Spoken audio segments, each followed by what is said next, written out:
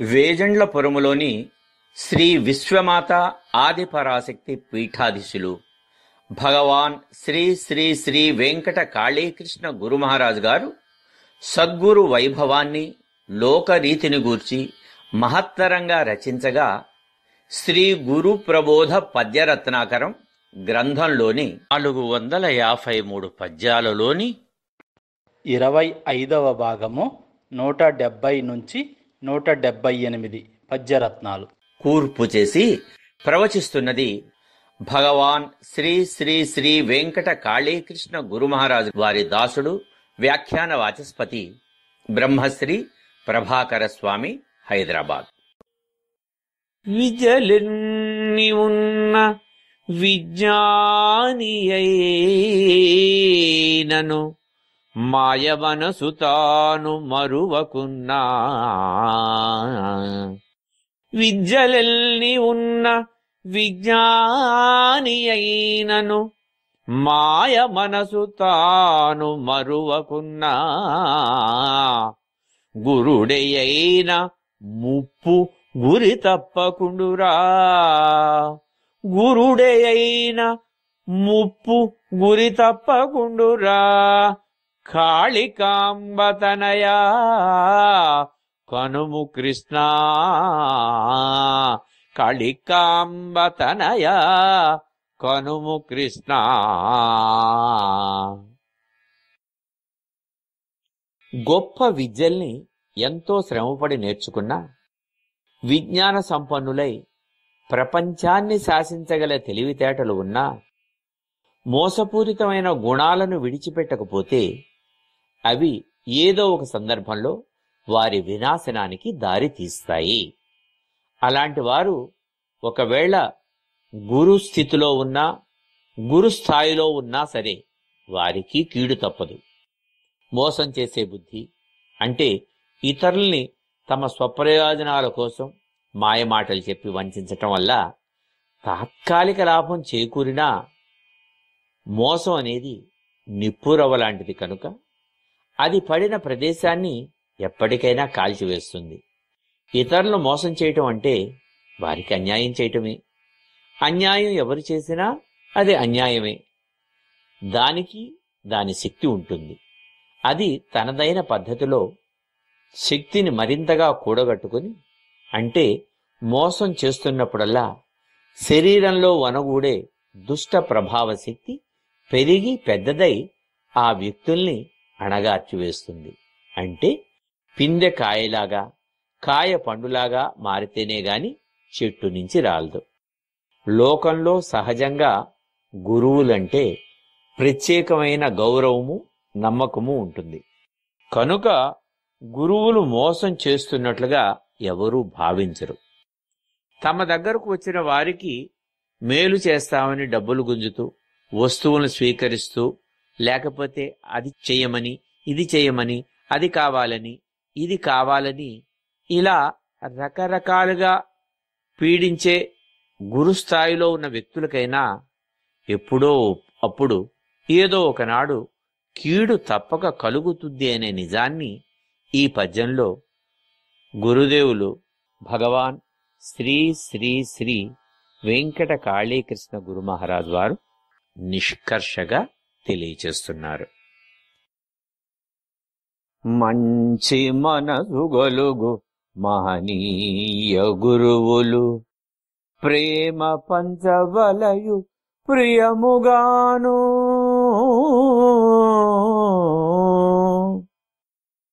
మంచి మనసు గలుగు మహనీయ గురువులు ప్రేమ పంచవలయు ప్రియముగాను. ప్రేమధనము హర్షధామమై వెలుగురా. ప్రేమధనము హర్షధామమై వెలుగురా. కాళికాంబతనయా కనుము కృష్ణ. కాళికాంబతనయా కనుము కృష్ణ. శ్రేష్టత కలిగిన గురువులు అందరికీ ప్రేమను పంచాలి. ప్రేమ అనే ధనం ఆనందానికి నిలయమై వెలుగొందుతూ ఉంటుంది. ప్రేమ అనేది మనసుల కలయిక గాని లేదు మనుషుల కలయిక గాని కానే కాదు. మనసు పొరలను చీల్చుకొని పొంగి పొరలి బయటకు వచ్చే అమృతమయమైన ఆనంద భావం. ఆ భావానికి ఇతరులను బ్రతికించే శక్తి ఉంటుంది. ఒక వైద్యుడు రోగి దగ్గర కూర్చుని ప్రేమగా రోగి ఒళ్ళ నిమురుతూ ఏం బాధపడకు అంటూ ప్రేమగా అన్నప్పుడు ఆ వైద్యుడు చెప్పే అమృతపు పలుకులు ఔషధం కంటే ఎక్కువ వేగంగా పనిచేస్తాయి. ప్రేమ భావంతో చేసే సపర్యలు ఎదుటివారి మనసుల్లో హాయిని, తృప్తిని, సంతోషాన్ని నింపుతాయి. ఆ ప్రేమ నటన కాకుండా నిజమైనదై మనసుల్లోంచి పొంగి రావాలి. అది మహనీయులకే సాధ్యమవుతుంది. సద్గురువుల సమక్షానికి వచ్చిన వాళ్ళు గురువుల దీవెనలు, ప్రేమ, వారి అండాదండా కోరుకుంటారు. సద్గురువుల మనసులు ప్రేమ ఆప్యాయతలతో నిండి ఉంటాయి కనుక అందరికీ వాటిని అక్షయంగా పంచగలుగుతారు. ప్రేమను అందించే విషయంలో వారికి ఎలాంటి తరతమ భేదాలు ఉండవు. దేవుని ప్రసాదం పంచినట్లుగా ధనవంతులైనా, పేదవాళ్లైనా, పెద్దవాళ్లైనా, పిల్లలైనా, చిన్నవాళ్లైనా, గొప్పవాళ్లైనా అందరికీ ఒకే విధంగా వారు తమ ప్రేమని పంచుతారు. వారి దృష్టిలో అందరూ ఒకటే. అందుకే వారి ప్రేమ అక్షయమైన ధనం లాంటిది. ఎంత పంచినా తరిగేది కాదు. వారు పంచే ప్రేమధనం పొందిన వారి జీవితాలు ఆనందానికి నిలయమై వెలుగులను ప్రసరింపచేస్తాయి. ఎవరైనా సరే జీవితంలో ఒక్కసారైనా సద్గురువు యొక్క ప్రేమను పొందగలిగితే వారికంటే ఇంకా అదృష్టవంతులు వేరెవ్వరూ ఉండరు అనే సత్యాన్ని ఈ పద్యం ద్వారా భగవాన్ శ్రీ శ్రీ శ్రీ వెంకట కాళీకృష్ణ గురు మహారాజుల వారు తెలియజేస్తున్నారు. ధనము విద్యామదము తనువుతో నుండంగా ఎదుటి వారి గొప్ప ఎరుగకుందురు.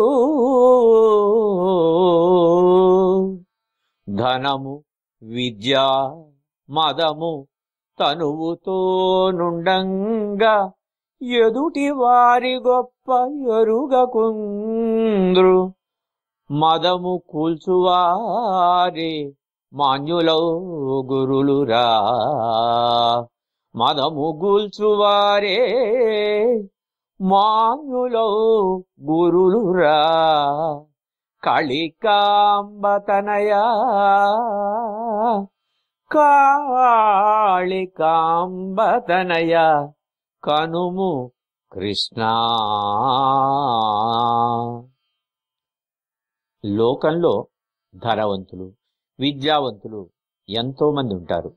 కానీ వాళ్లల్లో కొందరు తాము గొప్ప ధనవంతులవని, లేదు విద్యావంతులవని, తమకు సాటి మరెవ్వరూ లేరని, తామే గొప్పవాళ్లవని అహంభావంతో విర్రవీగుతూ ఉంటారు. ఎదుటివారు ఎంతటి గొప్పవారైనా వారిని గుర్తించక, లెక్క చేయక ప్రవర్తిస్తూ ఉంటారు. లోకంలో ప్రతి వారిలోనూ ఏదో ఒక విశిష్టత ఉంటుంది. అందుకే ప్రతి వారికి ఒక విశిష్ట స్థానం ఉంది.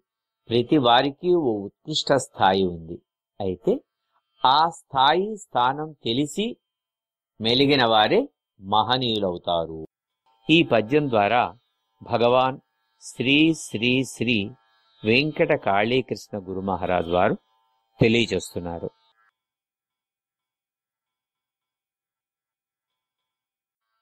నికమైన విద్య నిర్మల చిత్తము ప్రేమ నిండినట్టి పెద్ద మనసు. నిక్కమైన విద్య నిర్మల చిత్తము ప్రేమ నిండినట్టి పెద్ద మనసు. ఇచ్చునట్టి గురుడే ఇల దైవమగునురా. ఇచ్చునట్టి గురుడే ఇలదైవమగునురా కాళికాంబతనయ కనుము కృష్ణ కాళికాంబతనయ కనుము కృష్ణ. నిజమైన విద్యను, స్వచ్ఛమైన హృదయాన్ని, ప్రేమతో కూడిన మంచి మనసును ప్రసాదించే గురువులే లోకంలో దైవ సమానులని చెప్పచ్చు. నిజమైన విద్య అంటే తాత్కాలికంగా అప్పటికప్పుడు ప్రజలను ఆనందపరిచి, ఉత్తేజపరిచి, తద్వారా డబ్బును సంపాదించేవి కావన్నమాట. విద్య వలన సంతోషంగా జీవించగలగాలి. ఆ విద్య తనతో పాటు ఇంకా కొంతమందికి మంచి జీవితాన్ని ప్రసాదించేదిగా ఉండాలి, శాశ్వతమైనదిగా ఉండాలి. చూడండి, భౌతికంగా కూడా వైద్య విద్య, వ్యవసాయ విద్య, వ్యాపార సంబంధిత విద్య, న్యాయ సంబంధిత విద్య, ఇవన్నీ కూడా విలువైన విద్యలుగా మనం చెప్పుకుంటాం. దేశ ప్రగతి ఈ విద్యల మీదే ఆధారపడి ఉంటుందని కూడా అనుకుంటాం. అలాంటి విద్యలు నేర్చుకోనే వారికి గురువుల అనుగ్రహం సహజంగా లభిస్తుంది. అదేవిధంగా దైవీ విద్యలనదగినటువంటి విశాలమైన ఆలోచనలు కలిగి ఉండటం, మంచి మనసులను ఉండటం, మంచి నడవడిని కలిగి ఉండటం, మంచి ఆచరణతో కూడిన ఆదర్శం ఉండటం, మంచి వాక్కు ఉండటం, ఇతరుల్ని అర్థం చేసుకునేటటువంటి సౌజన్యం ఉండటం, ఇతర జనాల్ని ప్రేమభావంతో, ఆదరభావంతో, సోదరభావంతో చూడగలగటం, ఇలాంటివన్నీ కూడా దైవీ విద్యలు అంటారు. ఈ దైవీ విద్యలు ఇవి ప్రత్యేకించి ఏ కాలేజీలోనో యూనివర్సిటీలోనో చదివి నేర్చుకునేటటువంటివి కాదు. అవి స్వతహాగా రావాలి ఒకటి, తరువాత సద్గురువుల యొక్క సాహచర్యంతో మనం పొందాలి. ఇవన్నీ దివ్య లక్షణాలు కదా. సామాన్య మానవుల్లో ఒక్కో మంచి లక్షణం ఒక్కొక్కరిలో ఉంటే ఉండొచ్చు, కానీ మహిమాన్వితమైన గురువు వద్ద ఇలాంటి లక్షణాలు కోకొల్లలుగా ఉంటాయి. మంచి లక్షణాలను, గుణాలను అందరికీ ప్రసాదించే గురువులు ఈ లోకంలో దైవాలుగా అందరూ గుర్తెరగాలని ఈ పద్యంలో గురుదేవులైన భగవాన్ శ్రీ శ్రీ శ్రీ వెంకట కాళీకృష్ణుల వారు గురువుల యొక్క ఔన్నత్యాన్ని విశదంగా వివరంగా తెలియచేశారు.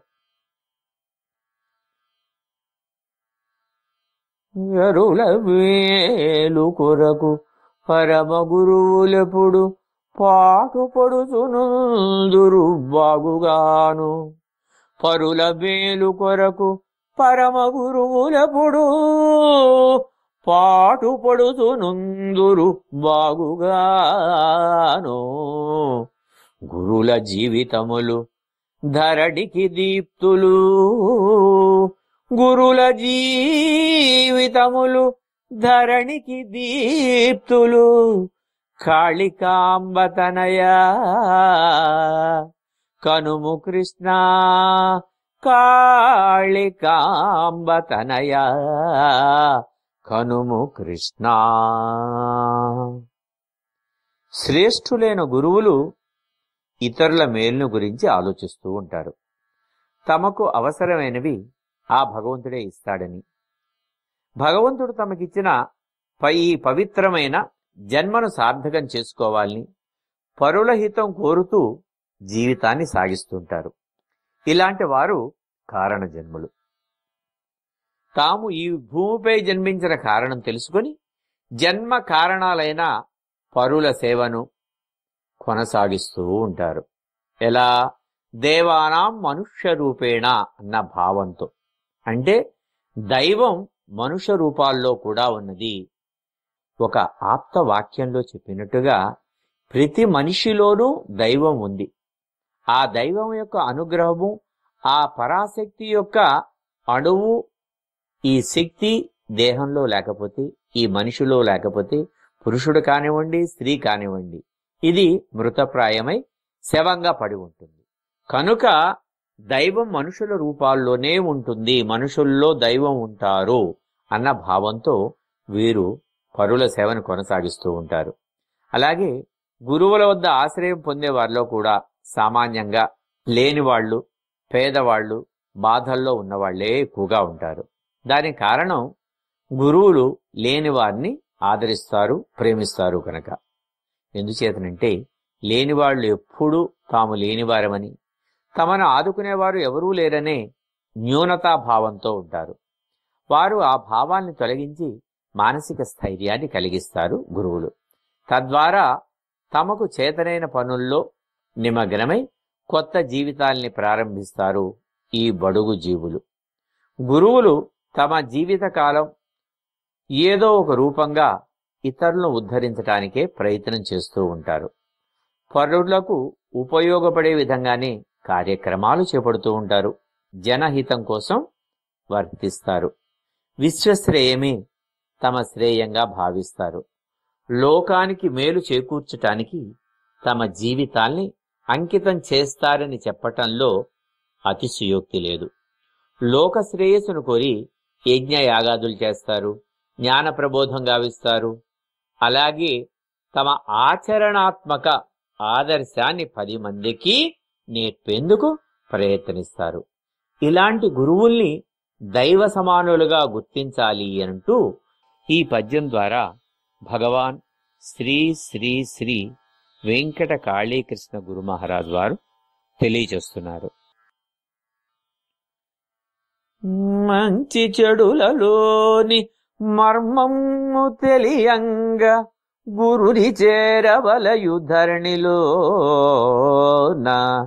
మంచి చెడులలోని మర్మము తెలియంగా గురుని చేరవలయు ధరణిలోన. పాల నీటి గుట్టు పరమహంసెరుగురా. పాల నీటి గుట్టు పరమహంసెరుగురా. కాళికాంబతనయా కనుము కృష్ణ. మంచి చెడుల గుట్టును తెలుసుకోవటానికి లోకంలో గురువుల్ని ఆశ్రయించాలి. మంచి చెడులు అనేవి ప్రతివారి జీవితంలో కలిసిపోయి ఉంటాయి. ఏది మంచి ఏది చెడు అనే విచక్షణ జ్ఞానం పెద్దల నుంచి పిల్లలకు సంక్రమిస్తుంది. కొంతవరకు భౌతికమైన పరిశీలన ద్వారా, పరిసరాల జ్ఞానం ద్వారా కూడా లభిస్తుంది. మంచిది అంటే పనికి వచ్చేది, అందరికీ ఆమోదయోగ్యమైంది. చెడు అంటే మంచిది కానిది, ఆమోదయోగ్యం కానిది. మంచి వాతావరణం మనిషి ఆరోగ్యానికే మంచిది. కలుషితమైన గాలి, నీరు, వాతావరణం మనిషి ఆరోగ్యానికి హానికరం. ఇలా నీటిలోనే మంచి చెడు ఉన్నాయి, గాలిలోనూ మంచి చెడు ఉన్నాయి. జీవులకు ఆధారమైన పంచభూతాల్లోనే మంచి చెడులు ఉన్నాయి. జీవుల్లోనే మంచి చెడులు కూడా అందుకే ఉంటాయి. ఇతరులకు ఆనందాన్ని కలిగించేది మంచి అయితే అపకారం కలిగించేది చెడు. లోకంలో మంచి చెడులు ఒకే చోట కలిసి ఉంటాయి. అవి ఎందుకు, ఏమిటి అనే ఆంతర్యాన్ని తెలియచేయగలిగింది మొదట గురువులు మాత్రమే. చూడండి, నిప్పు అందరికీ నిత్యము అవసరమే. అది మంచి పనే చేస్తుంది. వండుకోవటానికి, కాచుకోవటానికి, వేడి చేసుకోవటానికి, చలి పోగొట్టుకోవటానికి. సరే, అది మంచి పనే చేస్తుంది కదా అని దాని చేతిలో పెట్టుకోలేము, అట్లాగే శరీరం మీద ధరించలేము. అదేవిధంగా పాలు నీళ్లు కలిసిపోయినప్పుడు చూసి తెలుసుకోగలుగుతాం. కానీ అవి నీళ్లు కలిసిన పాలని, లేకపోతే పాలల్లో నీళ్లు ఉన్నాయని తెలిసి ఈ రెంటిని వేరు చేయటం మాత్రం మనకి సాధ్యం కాదు. ఇలా రెంటిని వేరు చేయగలిగిన ప్రజ్ఞ హంసకు ఉన్నట్లుగానే మంచి చెడుల మర్మాలని, గుట్టుమట్టులను విప్పి చెప్పగల వివేకం, సమర్థత, సామర్థ్యం పరమహంసలైన గురువులకు మాత్రమే ఉంటుంది అని గుర్తించాలి. అందుకని ఓం హంస హంసాయ విద్మహే పరమహంసాయ ధీమహి తన్నోం హంస ప్రచోదయాత్. గురువుని పరమహంస స్వరూపంలో భావిస్తూ ఈ గురుగాయత్రిని ఈ రకంగా కూడా అందుకే చెప్పేది. అలాంటి గురువులనే ఆశ్రయించాలి అని ఈ పద్యం ద్వారా భగవాన్ శ్రీ శ్రీ శ్రీ వెంకట కాళీకృష్ణ గురు మహారాజ్ వారు తెలియచేస్తున్నారు. తనువుకెంత ముప్పు తరలి వచ్చినగాని తత్వ విద్య నుండి తప్పుకొనక, తనువుకెంత ముప్పు తరలి వచ్చినగాని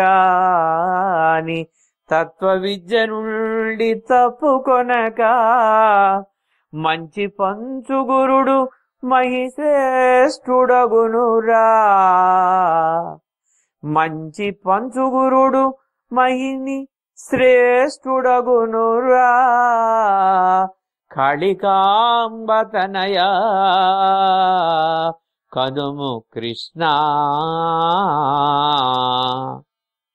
తమ ప్రాణానికి ఎంత ప్రమాదం ఏర్పడినా, శరీరానికి ఎన్ని క్లేశాలు వచ్చినా, తాను నమ్మి ఆచరించే ఉన్నతమైన తత్వ సంబంధిత విద్యల నుంచి దూరం కాకుండా అందరికీ మంచిని పంచటానికి మొగ్గు చూపే గురువులు ఈ లోకంలో గొప్పవారుగా గుర్తింపబడతారు. ఎవరికైనా తమ తత్వాలను తెలియచేయాలంటే ఎంతో సమయం కావాలి, ఓపిక కావాలి. అప్పుడప్పుడు అంతకు మించిన మొండితనం, ధైర్యం కావాలి. మొండితనం ఎందుకంటే తాము చెప్పేది మంచి అని తమకు తెలుసు, కానీ ఆ మంచిని నలుగురికి అందించేటప్పుడు ఎన్నో వ్యతిరేకతలు ఎదురవుతాయి. అయినా సరే చేయదలుచుకున్నది వదలకుండా మొండిగా ఉండాలి. అలాగే కొంతమంది తత్వాలను స్పష్టం చేస్తున్నప్పుడు కొందరు స్వార్థపరులు తమ గురించే అందరి ముందు చెబుతున్నారని, అందువల్ల తమ పేరు ప్రఖ్యాతులు దెబ్బతింటాయని తలచి వాస్తవాల గుట్టులు విప్పుతున్న గురువుల మీద నిందలు వేస్తూ కొన్ని సమయాల్లో వారిని అంతం చేయటానికి కూడా ప్రయత్నిస్తారు. ఇలాంటి వ్యతిరేకతలను తట్టుకోగలిగే శక్తి, ధైర్యం వారికి ఉండాలి. లోకం పోకడలను, అందలి నిజానిజాలను ప్రజల ముందు ఉంచి వారిని చైతన్యవంతులుగా చేసే విషయంలో వారు చూపే మనోనిబ్బరాన్ని గుర్తించే ప్రజలు వారిని లోకంలో గొప్పవారుగా భావిస్తారు.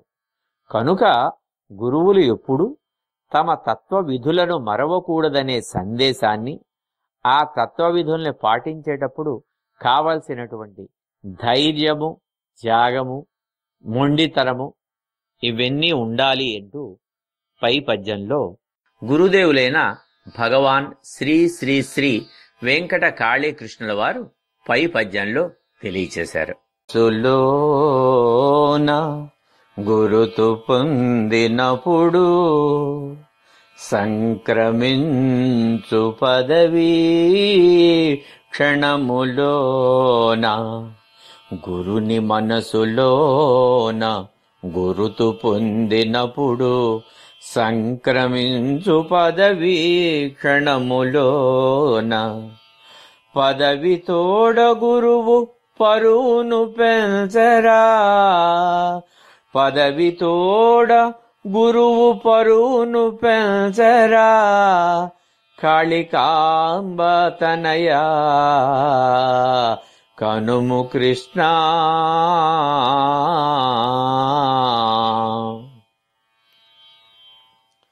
గురువుల మనస్సుల్లో స్థానాన్ని ఏర్పరచుకున్న శిష్యులకు శీఘ్రంగా గొప్ప పదవులు ప్రాప్తిస్తాయి. అయితే తాము పొందిన పదవుల ద్వారా శిష్యులు గురువుల పరువును, గౌరవాన్ని పెంచటానికి ప్రయత్నం చేయాలి. వారు వడ్డించిన విస్తర్ లాంటివారు. అందరికీ కావలసినవన్నీ వారి వద్ద ఉంటాయి. ఎవరు ఏది అడిగినా ప్రసాదించటానికి వారు సిద్ధంగానే ఉంటారు. అయితే అలాంటి అవకాశాలను పొందగలిగే వారే అదృష్టవంతులు. వడ్డించిన విస్తరి ముందు కూర్చున్నంత మాత్రాన, అందులోని పదార్థాలను కంటితో చూసి ముక్కుతో వాసన చూసినంత మాత్రాన ఆకలి తీరదు కదా. ఆ విస్తర్లోని పదార్థాలను కడుపారా ఆరగించినప్పుడు మాత్రమే ఆకలి తీరుతుంది, తృప్తి కలుగుతుంది. అలాగే భోజనం పెట్టిన వాళ్లకు కూడా ఆనందం కలుగుతుంది.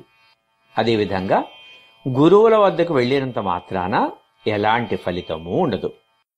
ఎన్ని సంవత్సరాలు గురువును భౌతికంగా సేవించినా కరుణ వారి మీద ప్రసరించదు. వారిలో మానసికమైన పరిపక్వత రాక స్వార్థ బుద్ధులను వదులుకోలేకపోవటమే ఇందుకు కారణం కావచ్చు. కనుక వారి కరుణ ప్రసరించాలి అంటే వీటిని మనం గమనించుకోవాలి. అందువల్ల వారి శుభదృష్టి శిష్యులపైకి మళ్ళాలి అంటే ఏ కోరికలు లేకుండా, ఫలితాలను ఆశించకుండా చిత్తశుద్ధితో సేవిస్తే మనకు తెలియకుండానే అంతరంగికమైనటువంటి కోరికలు తీరుతాయి. దానికి కారణం అలాంటి శిష్యులు గురువుల మనస్సుల్లో స్థానం సంపాదించుకుని ఉండటమే. అందువల్ల గురువుల సంకల్పంతోనే ఆ శిష్యులకు మంచి పదవులు చేకూరుతాయి. కానీ పదవులు పొందిన తరువాత వారు గురువుల్ని మరిచిపోకూడదు. ఎప్పటి వల్లనే వారి వైభవాన్ని పెంచే ప్రయత్నం చేస్తూ కృతజ్ఞులుగా ఉంటూ ఆ గొప్పతనాన్ని ఇతరులతో పంచుకుంటూ ఉండాలి అని ఈ పద్యంలో భగవాన్ శ్రీ శ్రీ శ్రీ వెంకట కాళీకృష్ణ గురు మహారాజ్ వారు తెలియజేస్తున్నారు.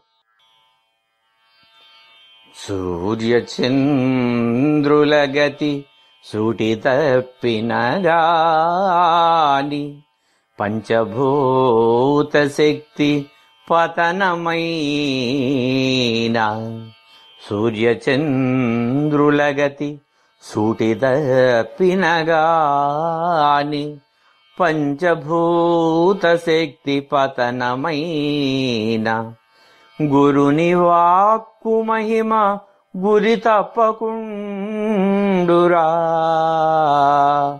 గురుని వాక్కు మహిమ గురి తప్పకుండురా.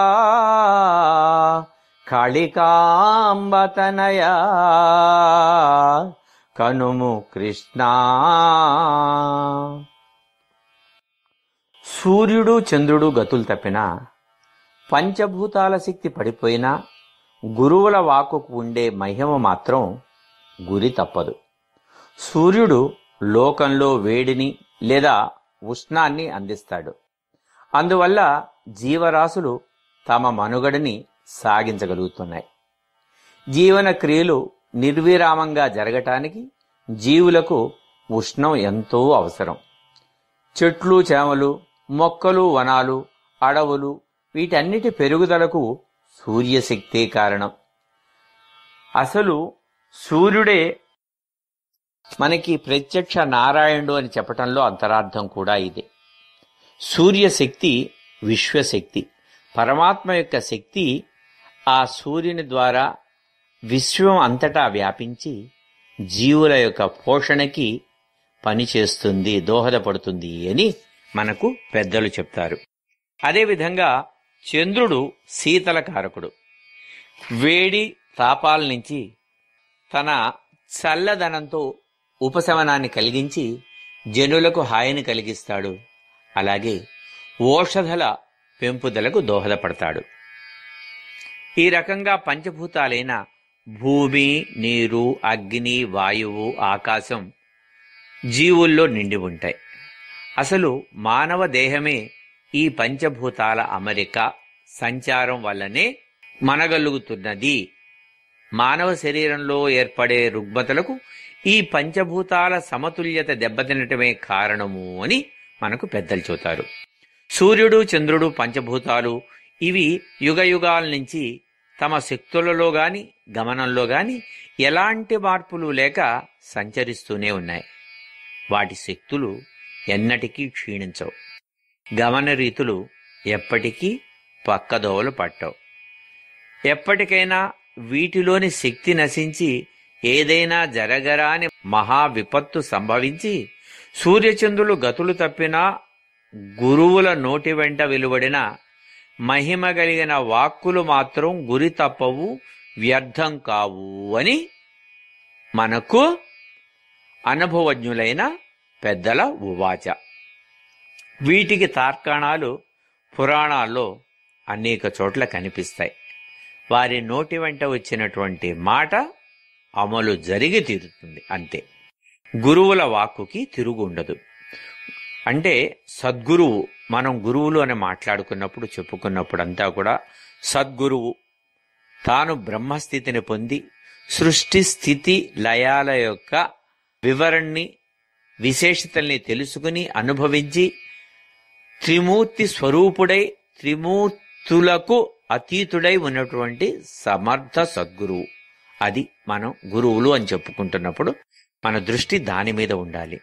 అలాంటి వారు ఎవరు ఉన్నారు అనేది ఎవరికి వారి అనుభవంలో తెలిసేది. కనుక సద్గురువు వాక్కులో అంతటి మహత్తరమైన శక్తి దాగి ఉంటుందనే భావాన్ని ఈ పద్యం ద్వారా భగవాన్ శ్రీ శ్రీ శ్రీ వెంకట కాళీకృష్ణ గురు మహారాజ్ వారు తెలియజేస్తున్నారు.